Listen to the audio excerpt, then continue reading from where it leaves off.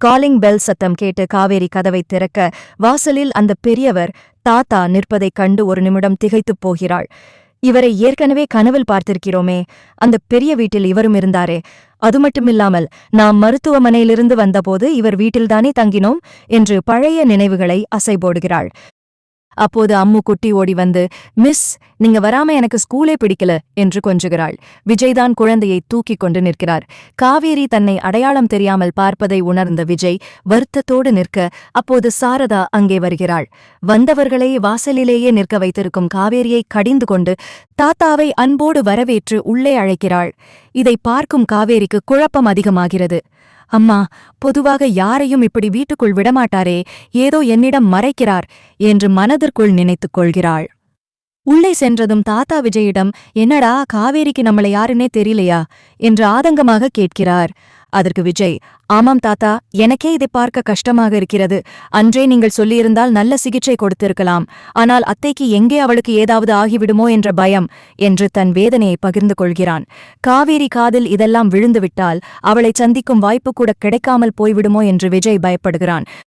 மறுபுறம் காவேரி தன் தாயிடம், அம்முவின் அப்பா என்பதற்காகத்தான் இவர்களை வீட்டுக்குள் விடுகிறாயா அல்லது வேறு ஏதேனும் காரணம் இருக்கிறதா என்று சந்தேகமாக கேட்கிறாள்.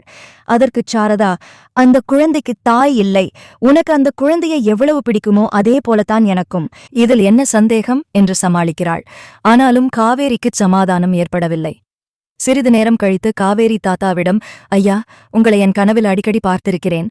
அந்த பெரிய வீட்டில் நீங்கள் எல்லாரும் இருப்பது போல தோன்றுகிறது. நீங்கள் எப்படி என் கனவில் வந்தீர்கள் என்று கேட்கிறாள்.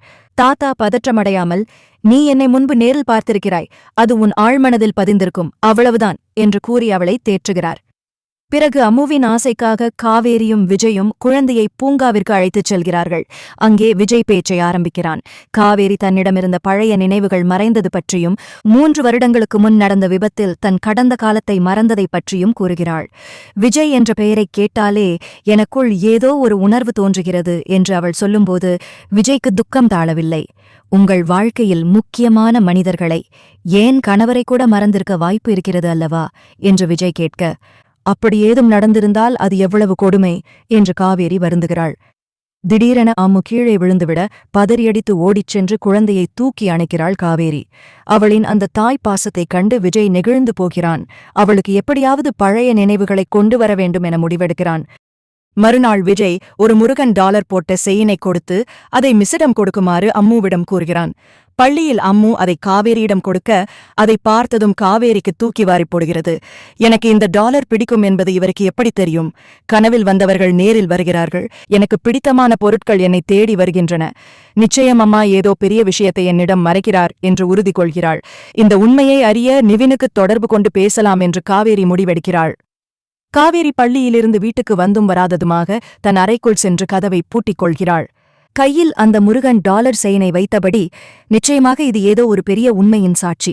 அம்மாவிடம் கேட்டால் உண்மையைச் சொல்லப் போவதில்லை, நிவினிடம் கேட்டால் மட்டும்தான் எதையும் மறைக்காமல் சொல்வான் என்று உறுதியெடுத்துக்கொண்டு நிவினுக்கு அழைக்கிறாள். அதே சமயம் விஜய் தன் வீட்டில் தாத்தாவுடன் ஆலோசனையில் இருக்கிறான். தாத்தா, இன்னைக்கு அம்மு கீழே விழுந்தப்போ காவேரி துடிச்ச துடிப்ப பார்த்தா அவளுக்குள்ள இருக்கிற தாய் பாசம் இன்னும் அப்படியேதான் இருக்குன்னு தெரியுது. ஆனா அவ ஞாபகங்கள் மட்டும் ஏன் வரமாட்டேங்குது? அந்த டாலர் செயினை பார்த்த பிறகாவது அவளுக்கு ஏதோ ஒரு பொறி தட்டும்னு நம்புறேன் என்கிறான் விஜய் ஆதங்கத்துடன். இங்கே காவேரியின் அழைப்பை ஏற்ற நிவின், சொல்லு காவேரி, என்ன திடீர்னு இந்த நேரத்துல ஃபோன் பண்ற என்கிறான். காவேரி தயக்கமில்லாமல் நேரடியாக விஷயத்திற்கு வருகிறாள். நிவின், எனக்கு ஒரு உண்மை தெரிஞ்சாகணும். எனக்கும் இந்த விஜய் என்பவருக்கும் அப்புறம் அந்த தாத்தாவுக்கும் என்ன சம்பந்தம்? எனக்கு வர்ற கனவுல அவங்க எல்லாரும் வராங்க. இன்னைக்கு அம்மு கொடுத்த அந்த முருகன் டாலர், அது எனக்கு பிடிச்சதுன்னு அவருக்கு எப்படி தெரியும்? நீ எதையும் மறைக்காம உண்மைய சொல்லு என்று படபடவென கேட்கிறாள். நிவின் ஒரு நிமிடம் அதிர்ச்சியில் உறைந்து போகிறான். காவேரி, அது அம்மா உன்கிட்ட எதையும் சொல்லலையா என்று இழுக்கிறான். அம்மா எதையோ மறைக்கிறாங்கன்னு எனக்கு தெரியுது நிவின், நீயாவது சொல்லு. அந்த 3 வருஷத்துக்கு முன்னாடி என் வாழ்க்கையில என்ன நடந்தது? எனக்கும் அந்த அம்மு குட்டிக்கும் என்ன உறவு என்று காவேரி அழத் தொடங்குகிறாள். காவேரியின் அழுகையைக் கேட்ட நிவினால் உண்மையை இனியும் மறைக்க முடியவில்லை. காவேரி, நீ இப்போ இருக்கிற நிலைமையில இதையெல்லாம் தாங்கிப்பியான்னு தெரியல. ஆனா நீ கேட்கறதுனால சொல்றேன், அந்த அம்மு வேற யாரும் இல்ல. அவ உன் சொந்த பொண்ணு காவேரி. விஜய் உன் கணவர். நீங்க 2 பேரும் உயிருக்குயிரா காதலிச்சு கல்யாணம் பண்ணிக்கிட்டவங்க. அந்த விபத்துல நீ அவங்கள மறந்திருக்கலாம், ஆனா அவங்க உன்னை ஒரு நிமிஷம் கூட மறக்கல என்று உண்மையை உடைக்கிறான். இந்த சொற்களைக் கேட்டதும் காவேரியின் கை நழுவி போன் கீழே விழுகிறது. தலைக்குள் 1000 மின்னல்கள் வெட்டியது போன்ற உணர்வு. பழைய நினைவுகள் மங்கலாக வந்து போகின்றன. அந்த பெரிய வீடு, விஜயுடன் பழகிய தருணங்கள், அம்மு பிறந்தபோதுதான் பார்த்த முதல் முகம், எல்லாம் ஒரு நிமிடம் கண்முன்னே வந்து மறைகின்றன. கதவைத் தட்டும் சத்தம் கேட்டு காவேரி சுயநினைவுக்கு வருகிறாள். வாசலில் சாரதா காஃபியுடன் நிற்கிறாள். காவேரி, ஏன் கதவை பூட்டிட்டு இருக்க? உள்ளவா என்கிறாள். காவேரி மெதுவாகச் சென்று கதவைத் திறக்கிறாள். அவளது கண்கள் சிவந்து போயிருப்பதை பார்த்த சாரதா பதறுகிறாள். என்னடியாச்சு? ஏன் அழுதுட்டே இருக்க? காவேரி கையில் இருந்த அந்த முருகன் டாலரைக் காட்டி, அம்மா, இது வெறும் டாலர் இல்ல, என் வாழ்க்கையோட அடையாளம் இல்லையா?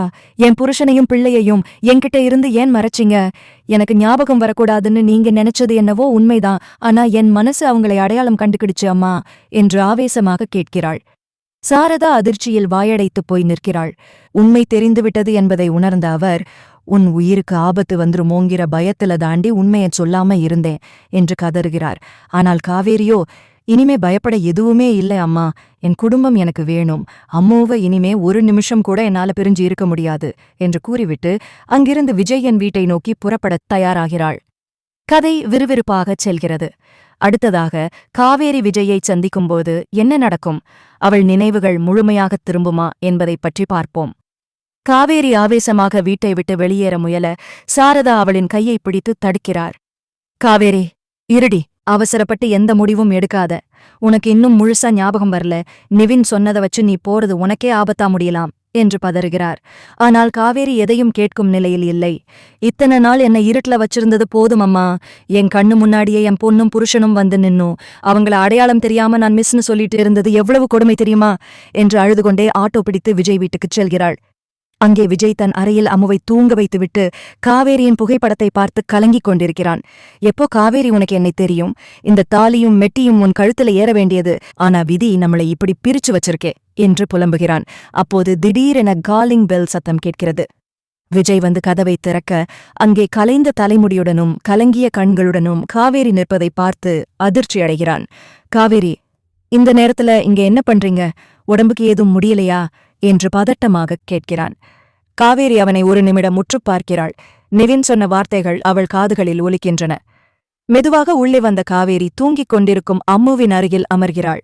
குழந்தையின் நெற்றியில் முத்தமிட்டு அம்மு என்று விழிக்கிறாள். அந்த அழைப்பில் இருந்த ஒருவித தய்மை விஜய்க்கு பிடிபடுகிறது. காவேரி, என்னாச்சு உங்களுக்கு என்று விஜய் மீண்டும் கேட்க காவேரி மெதுவாகத் திரும்பி, விஜய், ஏன் என்கிட்ட உண்மையை மறைச்சிங்க? நான் உங்க பொண்டாட்டிதானே, அம்மு என் பொண்ணுதானே என்று கேட்கிறாள். விஜய் அப்படியே சிலையாக நிற்கிறான். அவனது கண்களிலிருந்து கண்ணீர் தாரை தாரையாகக் கொட்டுகிறது. உங்களுக்கு எல்லாம் தெரிஞ்சிருச்சா காவேரி என்று விம்மி வெடிக்கிறான். ஆமா விஜய், நிவின் எல்லாத்தையும் சொல்லிட்டான். என் மனசுக்குள்ள ஏதோ ஒன்னு உறுத்திக்கிட்டே இருந்தது. அந்த முருகன் டாலர், உங்க முகம், என் கனவு எல்லாமே என்ன உங்ககிட்ட தான் கூட்டிட்டு வந்தது. ஆனா எனக்கு அந்த விபத்து நடந்த அன்னைக்கு என்ன ஆச்சுன்னு மட்டும் இன்னும் ஞாபகம் வரல விஜய் என்று அழுகிறாள். விஜய் அவளது கைகளைப் பற்றிக் கொண்டு, அது தேவையில்ல காவேரி, உனக்கு என் ஞாபகம் வரலனாலும் பரவாயில்ல, நீ திரும்ப வந்ததே போதும். அந்த விபத்துல நீ எங்களை விட்டு போனப்போ என் உலகமே இருட்டாயிடுச்சு. அம்முக்காகவும் தாத்தாவுக்காகவும் தான் நான் உயிரோடவே இருந்தேன் என்று தன் வேதனையைக் கொட்டுகிறான். இதை கேட்டுக்கொண்டிருந்த தாத்தா அங்கே வருகிறார். வாமா காவேரி, என் பேத்திக்கு தாய் கிடைச்சிட்டா, இனிமே இந்த வீட்ல எல்லாமே நல்லதா நடக்கும் என்று ஆசீர்வதிக்கிறார். ஆனால் காவேரிக்கு தலைக்குள் ஒருவித அழுத்தம் ஏற்படுகிறது. பழைய நினைவுகள் ஒவ்வொன்றாக துண்டு துண்டாக அவள் கண்முன்னே வந்து போகின்றன. திருமண கோலத்தில் விஜயுடன் இருப்பது, அம்முவை தொட்டிலில் இடுவது என சில காட்சிகள் மின்னி மறைய காவேரி மயக்கமடைந்து கீழே விழப்போகிறாள். விஜய் அவளை தாங்கிப் பிடித்து சோபாவில் அமர வைக்கிறான்.